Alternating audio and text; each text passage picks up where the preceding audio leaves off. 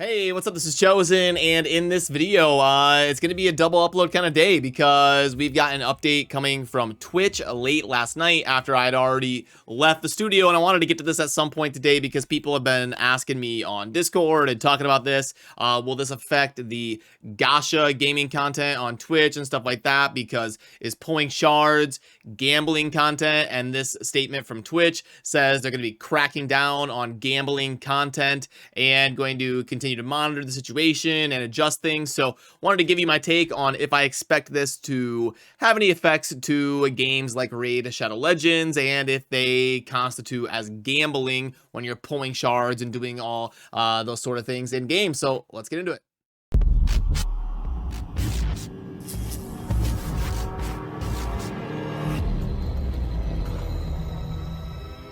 Alrighty, so first of all, I'm not going to read this word for word and bore you, but in this tweet last night from Twitch, they're talking about gambling content, how it's been a big discussion, how there's been a lot of drama around it, and while they're going to prohibit sharing links or referral codes to all sites that include slots, roulette, or dice games, we've seen people circumvent the rules to expose the community and potentially harm them. So as of October 18th, here in a couple weeks, about a month actually, they're going to be addressing these issues and changing some of their policies on Twitch in terms of what content they're allowing their streamers to stream to their viewers and how they're going to interact with gambling and the different mechanics around that.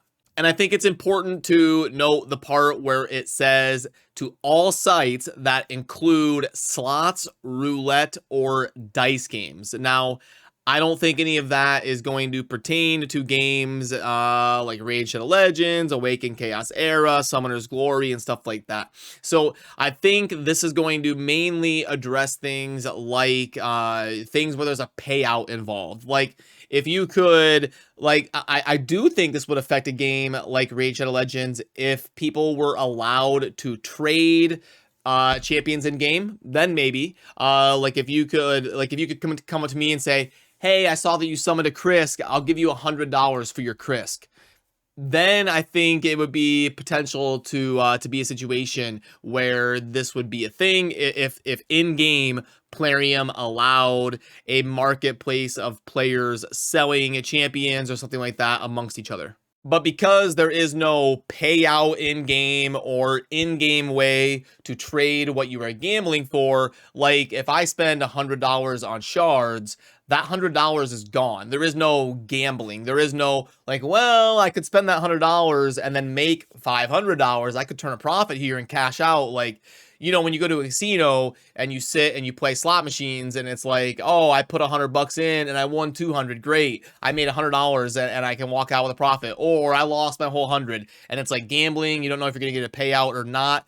That aspect of it doesn't happen in a gacha game because your money is gone. You're just paying to progress your account. You're paying to acquire or the chance to acquire certain champions or certain power levels to make your account a little bit better and be able to play the game a little bit easier, but you're not going to like make money. But in the gaming space in general, we have seen this really blow up over the last couple years. We've seen like all these loot boxes and CSGO and all these crazy gambling websites and streamers promoting them. And there's been all sorts of controversies, like some of these gambling websites literally owned by streamers. So they're just gambling with fake money and hyping other people up to go there and spend money, but it's not actually costing them anything. They're not risking anything. We've seen all sorts of shady things going on around gambling on Twitch. So I do definitely think it's going to be a good idea for them to head in this direction and to address this a little bit more officially and start cracking down on some of the stuff, because obviously you don't want any sort of deceit going on or any sort of shady gambling shenanigans happening on live streams. And I never really personally got involved with anything like that. I've always just streamed games like Raid or Diablo or something. I never really got involved with like the gambling side of Twitch and going after making money on these websites or this stake.com or dual bits. Or I don't even know what a lot of this stuff is. I just know about the drama surrounding some of the gambling stuff on Twitch. But I wanted to actually talk about the topic because I know a lot of people were asking and chattering about if this was was going to affect Raid Shadow Legends, because you know, a lot of people do view it as gambling. Like, okay, I'm gonna pull 20 sacred shards, and it is gambling. Like, I don't know if I'm gonna just waste those 20 sacred shards and get nothing for them, or if I'm gonna get 3 or 4 champions that I really like and I'm gonna be happy about it. There is a gamble there. You don't know. You know, there are certain times where you have like a guaranteed event where you pull 150 ancients and you get a Lady Kimmy or something, but even then, you're still technically gambling, because you don't know exactly how many legendaries or epics you're gonna get for your ancient shards, and there's so much gray area that goes into stuff like this. But I'm saying all of this to say, you know, mostly a couple things.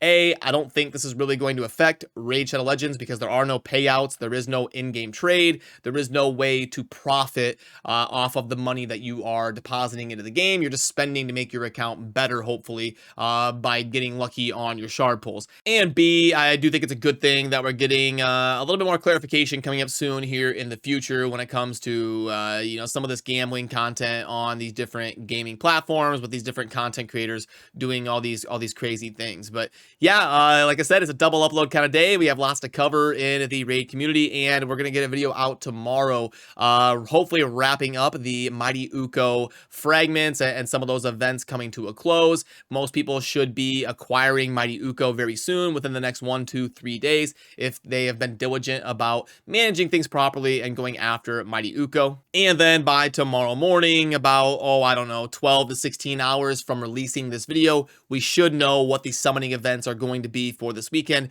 Probably some sort of 10x, if I had to guess. But they have been doing the guaranteed champion summoning events a little bit more often, and we could always get a guaranteed summon event. But as of right now, we don't have anything indicating that behind the scenes from our end. But by the morning, we'll probably get a raid wrap-up type video covering all that sort of stuff. So yeah, but you know, as always, let me know what you think down below. Do you consider the shard opening type content as part of what Twitch is talking about? How do you view things like that? How do you feel about these different sites and streams and content creators doing this stuff?